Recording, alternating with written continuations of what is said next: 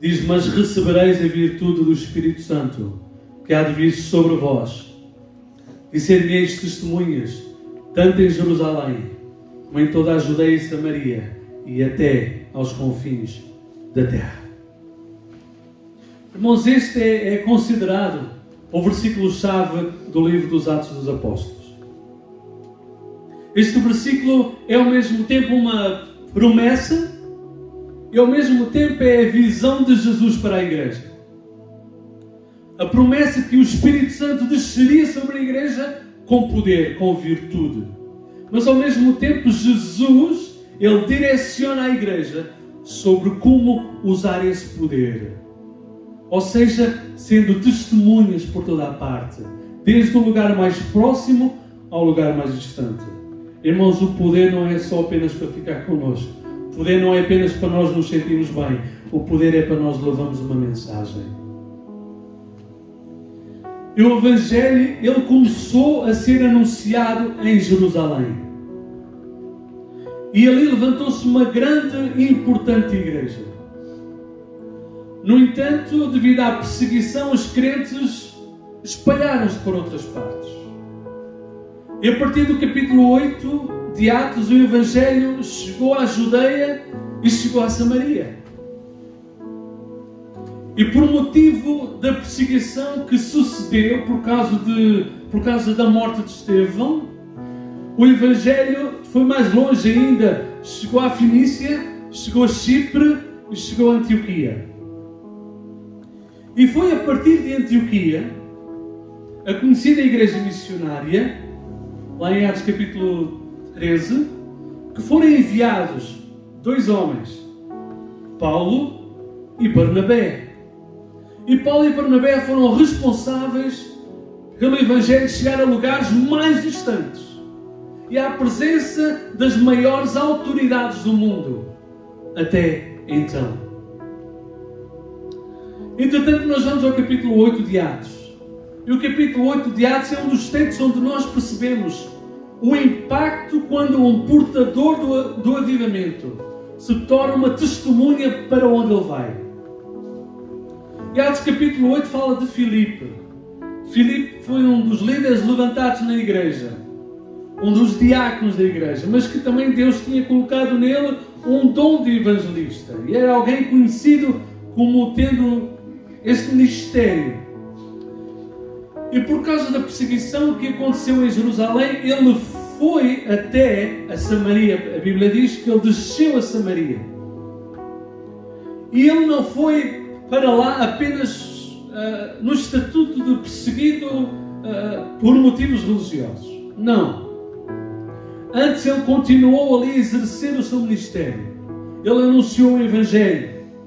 E diz a Bíblia que as multidões o escutavam atentamente.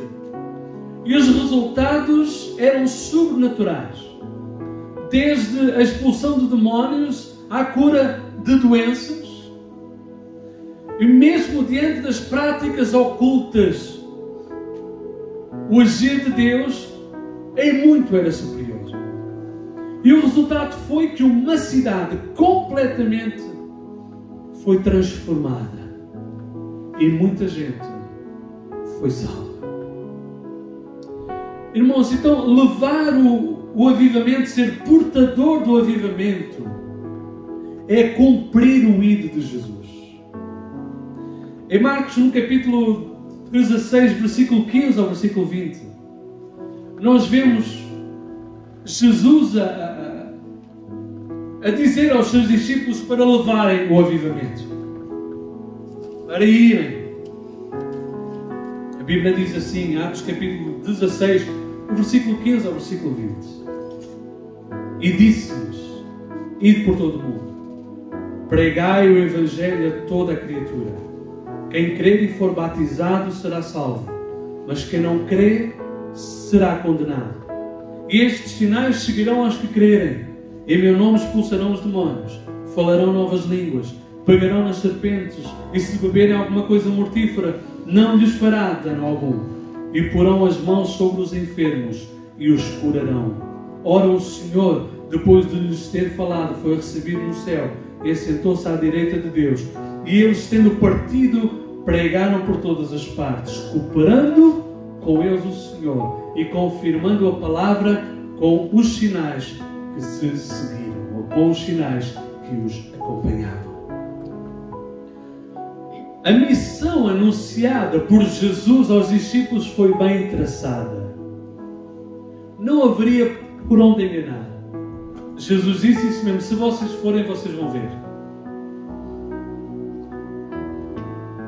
Se vocês forem, vocês vão ver. Se vocês começarem a dar passos de fé, vocês vão ver. Às vezes nós queremos ver para agir. E Jesus está a dizer: age para começares a ver.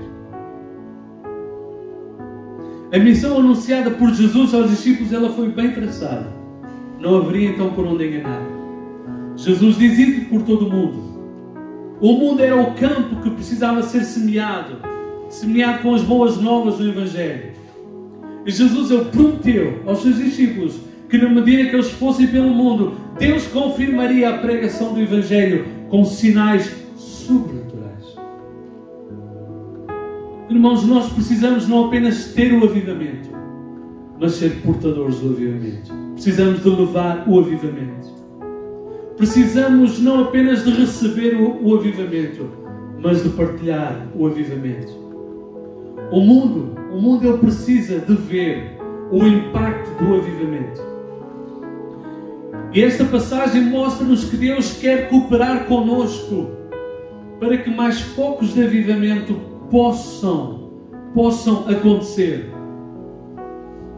E se nós temos o privilégio de sermos portadores do avivamento, temos também a responsabilidade de partilharmos o testemunho do que Deus faz.